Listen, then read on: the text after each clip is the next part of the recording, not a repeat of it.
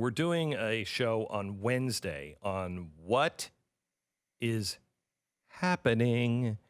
And I got a call from several people who said that they had been put on alert. And that is true. They've been put on alert for War Nord. That's the actual alert, War Nord. And I'll tell you about that coming up in just a second. But if you know of anybody who has been put on alert, you'll understand why here in a minute. But there's some other things that are going on. Now, there's new documents and interviews with military experts obtained by Newsweek that show various plans, codenamed Octagon, Freejack, and Zodiac. This is to make sure that our government has continuity.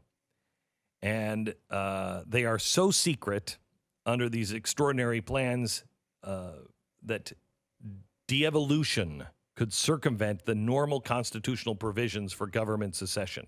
They're thinking that America could go into such a bad panic that we have to enter into new territory. And we're talking about extra constitutional things, which should chill you to the bone. The guy's name that everybody should know is Terrence O'Shaughnessy. Who is Terrence O'Shaughnessy? Well, he's the guy, he's the lone survivor. In case the government goes down and no one is a constitutional successor of it, Terrence O'Shaughnessy is the general that is the combatant commander for the United States. He'd be in charge of Washington if everything in Washington went down. They're saying now that we're in completely new territory where they don't know what to do. For instance, they're planning for a contingency if so many members of Congress come down with the coronavirus that the legislature can't meet or can't muster a quorum. If they don't have a quorum, they can't do anything. Now, the question is, so what should you do? Now, I think right now the government should be preparing to get everyone out of Washington, get every single representative and Senate back to their homes, get them into their own district. Enough of this meeting like it's 1800. Can we go to the meeting again still are the Democrats still debating this bill for the bailout? Do we have that? Apparently not. Apparently not. They're quieted down a bit. There is an interesting thing here about why we still have these guys meeting in Washington. What good is that? It makes them a target. It makes them not only a target of bombs, of anything like that, but it also makes them a target of lobbyists. Imagine what we could do if the lobbyists didn't have a home in Washington, if they had to travel like traveling salesmen and they couldn't stop at one office right after the other, and then take them all out for a drink. They had to travel. That would eat up so much of the lobbyists' money and time that I think we'd gain a lot. I don't read anywhere that the government is looking into actually moving Congress into a virtual kind of scenario, but that's exactly what should be done. Now, they are looking at the possibility that help doesn't come from the outside. We've always looked at a nation where help came from the outside. In other words, a state or a city was having a problem, and the government, the federal government from the outside, one of the other states or, groups of other states could go in and help. But they're saying on this one, they don't think there will be help on the outside in the worst case scenario. So they have Con Plan 3400, the military's plan for homeland defense if America itself is a battlefield. Con Plan 3500, that is the defense support of civil authorities where the military assists in emergency short of armed attack on the nation.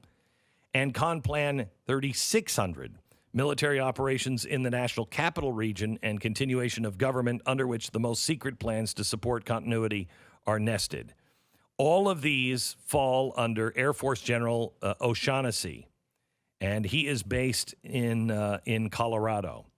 Now, Northcom has executed orders for nationwide pandemic plans. They were signed by the Defense Secretary Esper, and they are warning orders, the War Nord, as it's called, alerting Northcom and a host of East Coast units to prepare to deploy in support of potential extraordinary missions. I heard on Friday or Saturday from several people that said they've just been put on standby alert.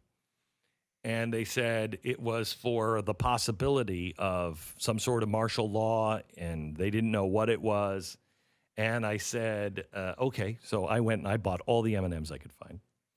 And so I'm stocked with sugar. Because if I'm going down fat and happy, man. I'm going down with a pant load of Oreo cookies. I don't know about you, but I'm eating again by the sleeves, and I don't have a problem with it.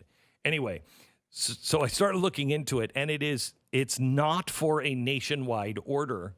It is instead for places like New York that are getting really bad, California getting really bad. And these governors, stop asking for the federal government. I'm sick and tired of these governors and these mayors blaming the president. And yes, I would say this if Barack Obama was the president.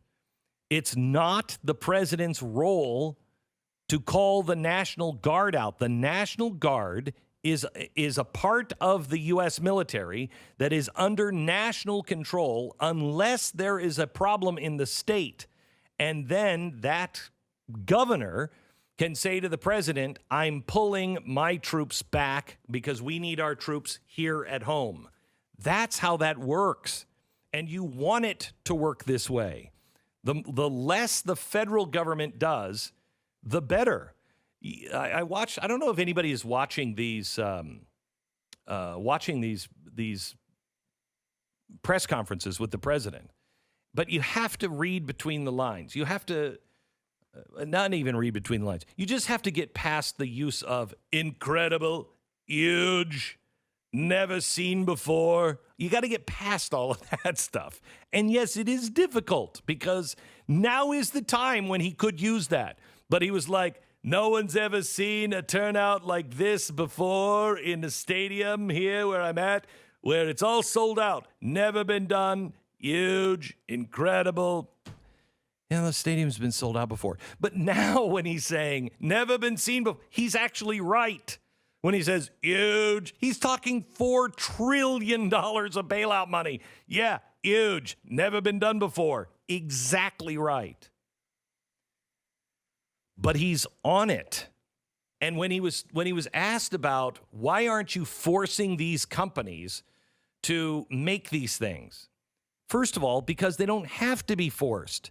They're volunteering. They want to do it. They're doing the American thing. Why would we immediately start with, Ford, we're taking over your company? Why wouldn't we start with a phone call? Hey, Ford, we really need, your country needs you. That's the way even FDR did it. We didn't just go in and take companies over. So now there are 7 very top secret plans that are being put into place right now, just in case this whole thing comes apart. But I have great confidence that America is not going to devolve into riots across the country. We're not those people. We're better than that. We don't want a revolution. We want to go back to work. Now, the president and the GOP better understand that if they bail out the banks and they bail out big businesses and the average person can't get a loan, the average person loses their job in a small business and that small business is not getting the same kind of help that GM would get, they're going to have a real hard time getting reelected. And there could be disruptions in our civility. I hope that doesn't happen. But I think the president gets that. I'm not sure about the GOP, but I think the president really, truly gets that. The help this time cannot go to the banks alone. it has to go to the average American as well.